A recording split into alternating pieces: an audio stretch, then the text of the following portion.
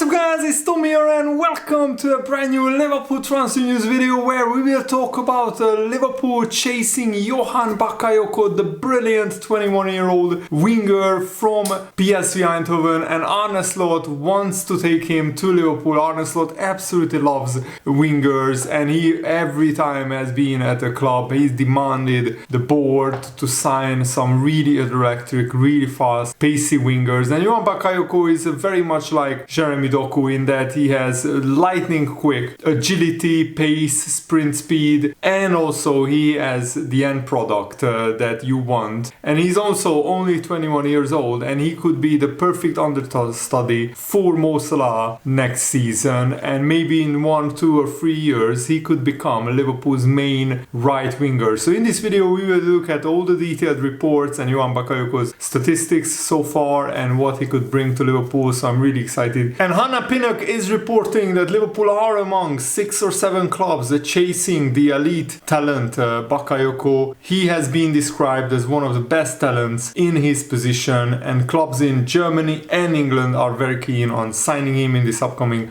transfer window. And Liverpool are one of the clubs monitoring and scouting Johan Bakayoko. That's what Fabrizio Romano is reporting.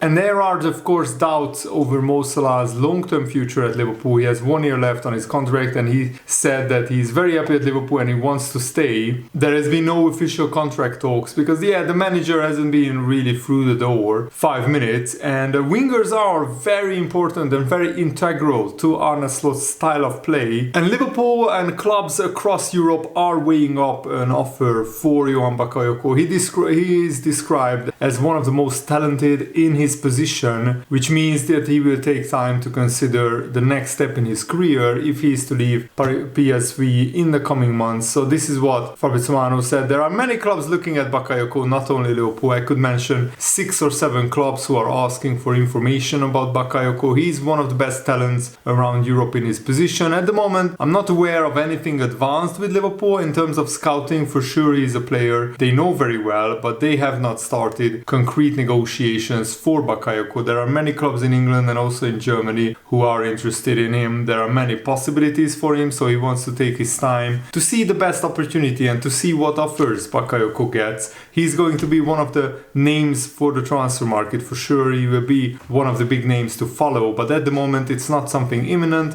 I do not expect any imminent movement around Bakayoko, and Liverpool are at a disadvantage compared to other clubs who haven't appointed new managers and whose clubs are settled, but because Arne Slot hasn't taken a look at the Liverpool squad yet, and probably we will be deep into pre-season when all the first team players will be back for Liverpool. So Arne Slot will have to make transfer decisions alongside Michael Edwards and others without actually seeing up close and personally the likes of Mo Salah, Darwin Núñez, Diogo Jota, Luis Diaz. They will be on international duty while Arne Slot and Liverpool are figuring out their transfer strategy, which is not the ideal, but that's the situation that Liverpool have to contend with. And we are at a significant disadvantage to Arsenal, who are at the moment, recent reports are claiming that Arsenal have made an approach for Bakayoko. If Liverpool don't act quickly, we could lose out on a lot of our transfer targets because the new manager hasn't been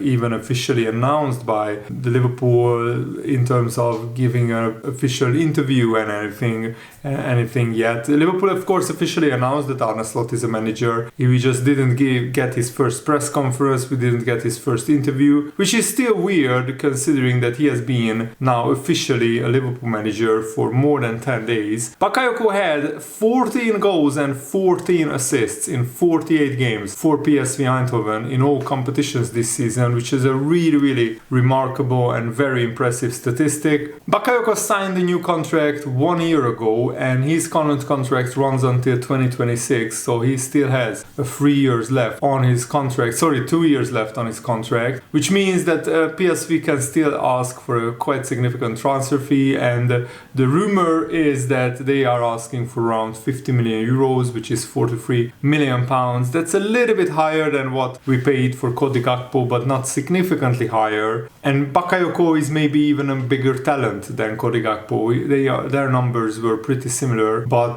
Cody Gakpo is a few years older, of course. Bakayoko being just 21 years old, these numbers that he posted are very, very impressive.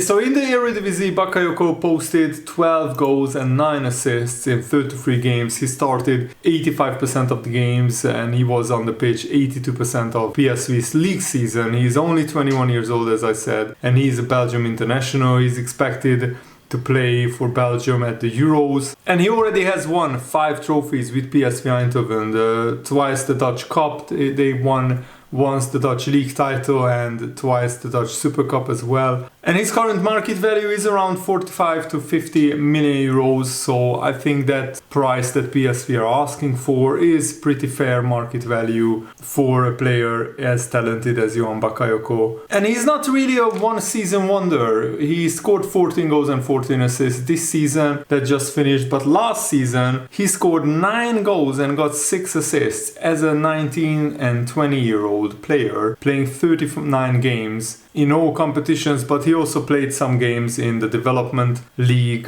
which is like the Dutch second division where PSV Eindhoven's youth academy team or under 23 team plays. He only played 6 games there. The rest of the games were, really competitive games in the Europa League, in the Dutch League, in the Dutch Cup as well. And if you look at his statistics 2 seasons ago, it shows how rapid Johan Bakayoko's rise has been, because 2 seasons ago he scored 17 goals and got 12 assists in the Dutch second division. That's the development league where PSV Eindhoven's youth team has played, but it's also a full second division of the Dutch football. So the second teams of the likes of Ajax, PSV, Feyenoord, they can't get promoted, but they can still play in a men's environment in a competitive league. So that's a pretty good setup in the Netherlands. And Bakayoko himself gave an interview as well where he said that he's focusing on the Euros. He's addressing the speculation this way. He said he didn't really shut the door on any potential departure from PSV this summer. He said, I didn't talk about leaving, so I didn't understand why people were saying, oh, why didn't he move? There was no option of leaving, but that's part of football. People give their opinion. I see myself playing everywhere, anywhere. I follow the Premier League. I have friends there. I also have friends that play in Germany, so I watch a lot of games when my friends play. But this season I haven't even talked about leaving. I was just thinking about preparing for the Euros, just trying my best to be fit. And I think that's a good mindset for Bakayoko to have,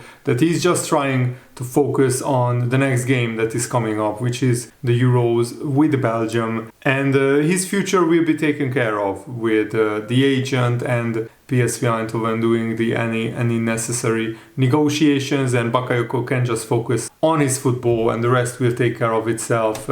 If he's performing well at the Euros, that will of course help his cause as well. And the news outlet Football Insider has revealed that Liverpool are eager to sign Mo Salah, potential long-term replacement, a right winger who can score goals, get assists, who is fast, who is skillful, and who has game intelligence as well. And the reports are saying that PSV star Johan Bakayoko could be the name that Liverpool sign. Slot is fully aware of Bakayoko's abilities because Arne Slot has been in the Dutch League coaching teams since Johan Bakayoko broke through the first team at PSV Eindhoven. And according to the reports, Crystal Palace talisman Michael Olise is also a target for Liverpool. I might make a separate video on him because I think he's a player that is definitely worth exploring. Arne Slot is very keen admirer of wingers. The interest in Leeds United's Crysencio Somerville has cooled because Leeds want outrageous £35 million for Somerville, and he's not that kind of quality. He is good, but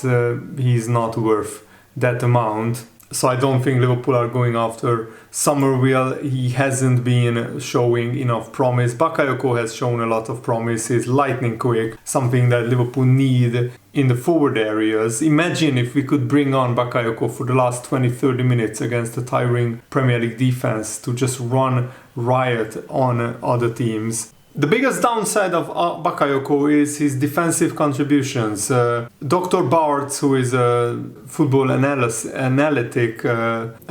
person, he said definitely Bakayoko is horrible in defensive contributions. Tackles is 47th percentile and box is 54th percentile. I know you wouldn't expect much more from a young kid, but defending is so important, especially with this high pressing style that Arne will try to implement. But in offensive metrics, Bakayoko absolutely shines. On the ball, his passes attempted is top 11%, pass completion is top 7%, progressive carries, take-ons, touches are all above 95th percentile. His goal scoring and assisting metrics are equally impressive as well.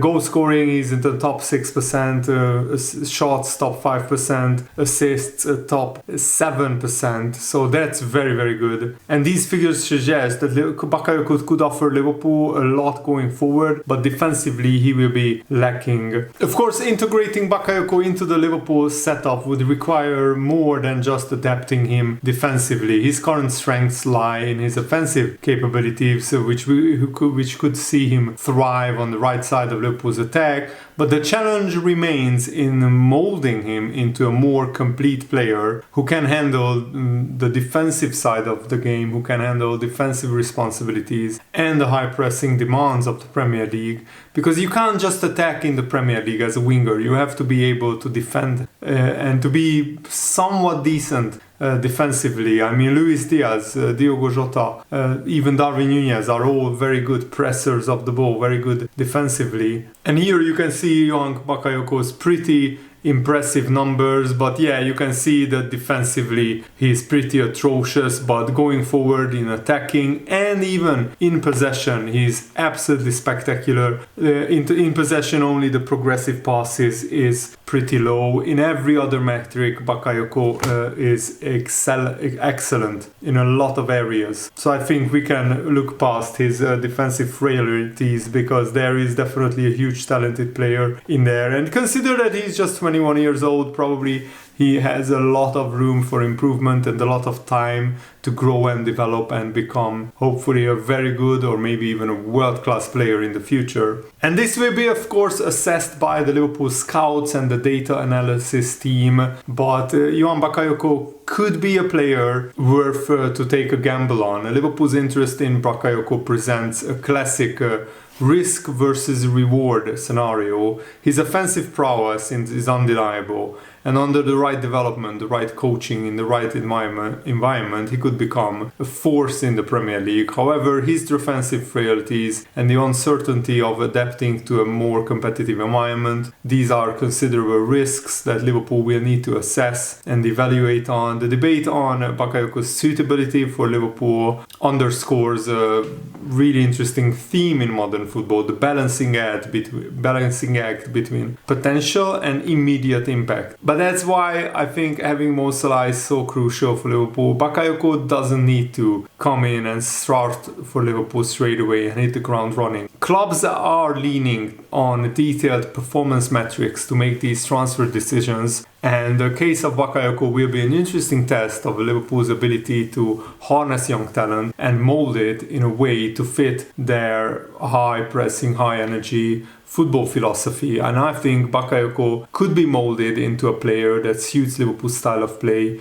because of all his attributes that we listed in this video, and also because he's so young, he can still adapt and learn a lot about different tactics, and he can even get a lot better with the right coaching, with the right environment. And Liverpool have one of the best training facilities and one of the best backroom staff as well in the world. So that's my assessment of Johan Bakayoko. Let me know what they think about him. Is he worth a risk taking on? I think he is, but I want to hear your opinion as well in the comments below. Thanks for watching, guys. Have a nice day. See you later.